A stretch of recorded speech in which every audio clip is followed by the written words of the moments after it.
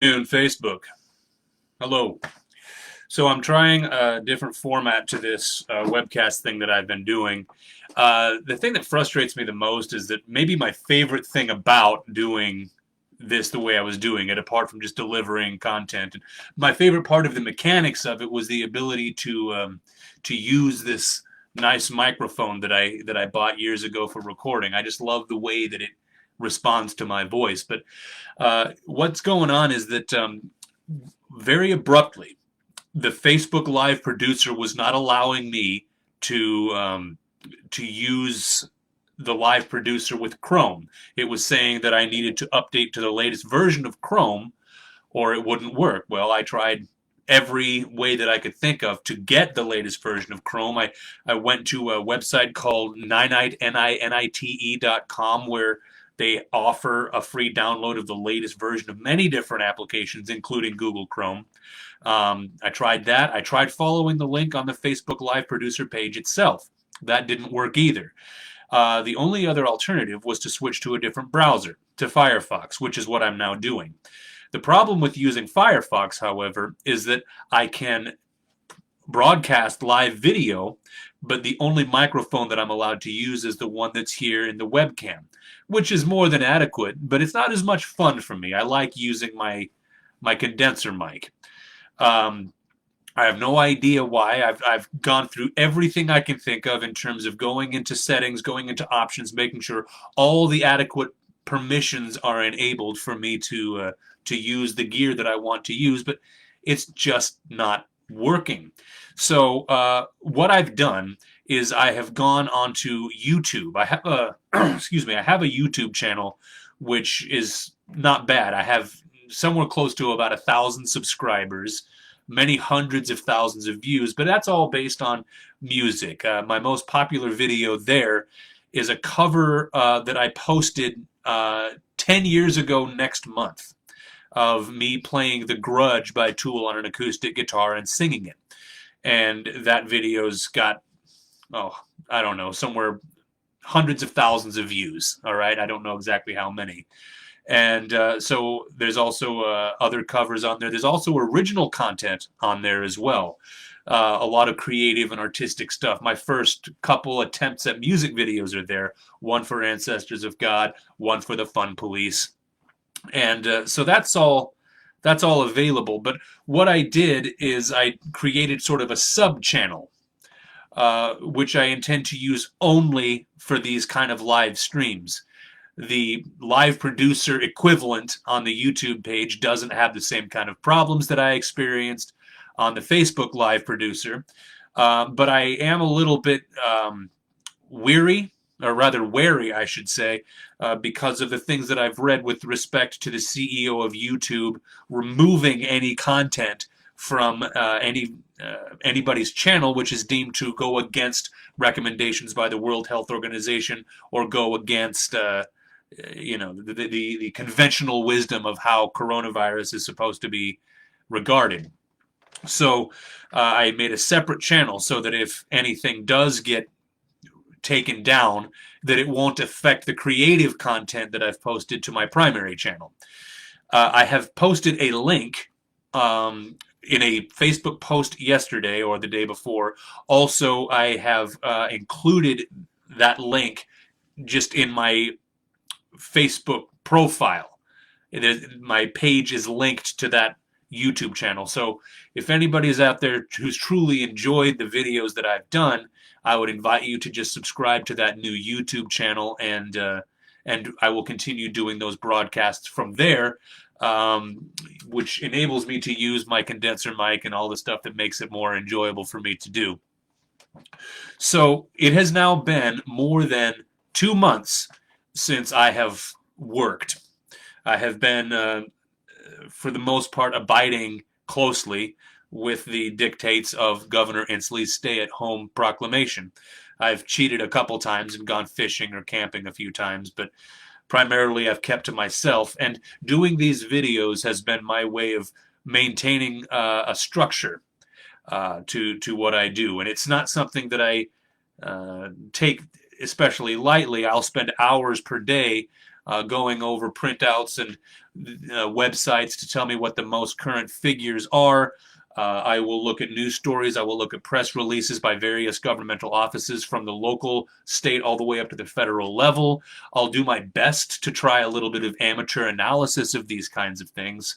And I'll deliver monologues because I enjoy being a gifted communicator. It's a gift which has enabled me to be a decent musician, and also I've been able to employ it in the sales fields, and now I'm doing it another way. This hobby that I've developed over the last 2 months has been my way of keeping what I believe to be my most valuable skills sharp and in practice. I've gotten a lot of positive feedback. I've also gotten, and I'm a little bit ashamed to admit that I'm even still thinking about it, but I've also gotten a little bit of weird feedback. I've had people from back in my hometown of Omaha, Nebraska, who will just pop up on a video that I did in the comments and just say something like yeesh, like without any further explanation. And then that person would not respond to any direct message I sent to them when I just tried to engage them in conversation. Hey, how are you doing? How are things going back home? It's those comments are posted without any elaboration, and any attempt for me to contact them directly go unremarked, and they don't reply. I don't get what's up with that. All I can think is that there is a real big divide in terms of how people are viewing this thing, and if you're seen to be questioning conventional wisdom, then there's going to be people out there who are going to regard you as a pariah and just dismiss and ignore what you're saying.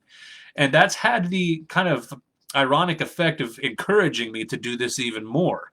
Because if a person has a problem with something I'm saying in a video, but they're not going to elaborate on it, and in fact, they're not going to go any further than just to throw some snarky comment at it and then not even back it up, well, sometimes, like Marilyn Manson once said, your success is defined not only in how many people love what you do, but how many people hate it too, because if everyone loves what you're doing, it's not really worth very much. So, something, I'm going to keep doing these kinds of things, but I'm not going to do them on Facebook. Not only for the technical problems, but also because I think it makes more sense to use a platform whose primary purpose is to provide videos and an availability for people to publish videos. And also, I'm kind of curious to see if I just go on giving the same kind of information that I've been giving out, are there going to be any kind of reactions from YouTube? I'm almost encouraged to see if they really will ban my content. I don't intend to tailor my content for the express purpose of getting something banned. I'm just going to kind of go on doing what I've been doing. And I want to see if I'm going to get any kind of reaction. Are they going to send a warning? Are they going to be like, hey, just to notify you, the content on your page is getting close to the limits of what we will allow, and if you don't change it or stop it, then we're going to take you down. Or if they just do it without any notification. I'm curious. Because there's a lot of room for overactive imaginations to go wild with conspiracy theories, and I don't especially want that to happen either. So, very quickly, though, here are the latest figures for coronavirus. The United States is reporting 1,443,544 positive or confirmed cases. We are currently reporting 86,224 fatalities. Spain is in second place, but here's something interesting. Russia is now in third place. Russia is reporting a total of 252,245 cases and only 2,305 fatalities. 2,000 out of 252,245 cases. That's weird. Whereas the United Kingdom is reporting 233,000 cases, but 33,000 fatalities.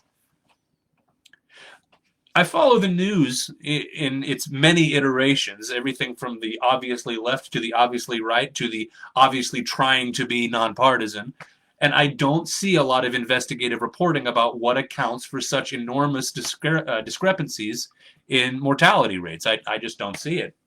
I don't see anybody trying to get into that. Now, if we look a little more closely at the United States, again, worldometers.info.com, it looks like New York is now reporting 352,964 cases and 143,484 being reported in New Jersey. The state of Washington is currently reporting 18,281 cases, and we're at 975 fatalities. And we do have some new information coming in from Governor Inslee's office. Governor Jay Inslee, and this is directly from the governor's medium.com page, and this was published yesterday. Governor Jay Inslee announced the launch of a statewide contact tracing plan today that will allow more businesses to open and more people to be active in public while helping to slow and prevent the spread of the disease. Contact tracing is another tool in our toolbox for tackling COVID-19 in Washington. While we need to continue physical distancing, this will allow us to get a better handle on who gets sick and how the virus is spread, which is vital to reopening our country and our economy. Local health departments will lead these efforts, and the State Department of Health and its partners will support this work. There are some people out there who are scared. There are some people who think that the militia or National Guard elements within the state of Washington, having been mobilized by the governor in a much earlier proclamation, are going to come to everybody's house and enforce mandatory testing and remove children from people's homes. I heard someone say that, and I have not found any corroboration of that. There's nothing anywhere on the governor's Medium page, on the Department of Health website for the state of Washington. There's nothing about that on the governor's official state website. So I think that's just somebody's, again, imagination running a little bit wild. There is information available at the governor's website, rather the Washington State Department of Health website, about case investigations and contact testing, contact tracing rather, protecting communities, preventing the spread of disease, and it delineates how this is all supposed to work. So there is also guidance in the form of a directive from the governor, the subject being freezing hiring, personal service contracts, and equipment purchases. So this is more restrictions on economic activity within the state of Washington, and this is an extension of an earlier proclamation, but this was released just yesterday. Directing a freeze on the following: hiring not related to public safety or other non-discretionary activities, signing non-essential personal service contracts, and discretionary purchasing of equipment. As of yesterday, Governor Inslee has announced a freeze on these things. The hiring freeze does not apply to positions that directly impact public safety, are essential to the health and welfare of state government, generate revenue, are required to meet statutory mandates, and are related to the state's response to the pandemic. So if somebody wants to go and get a job or apply for a job that doesn't fall within these sectors, this new directive from the governor issued yesterday prevents that. And he goes on to explain why he thinks this is a good idea.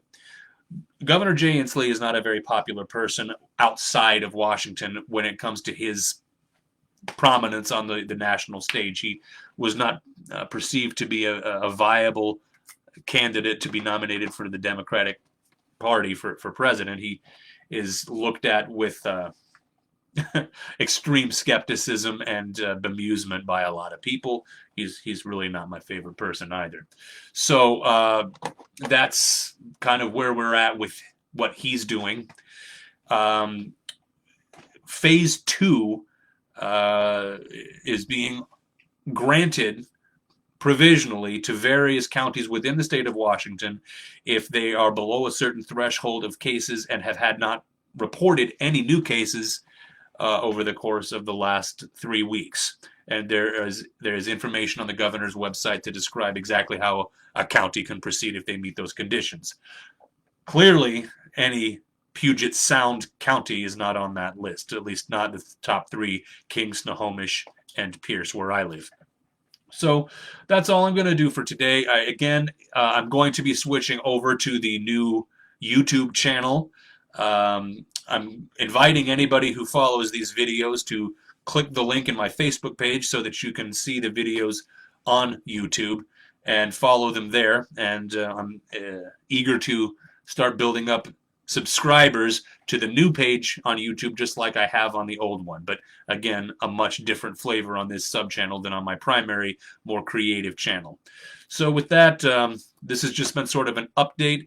And as soon as the new YouTube page is up and running, which I expect to happen either later today or tomorrow, for some reason they put a delay on it, then I will start at least posting links to each particular video that I do here to Facebook. So I hope everybody's doing okay out there. Thanks for listening. Be good to each other.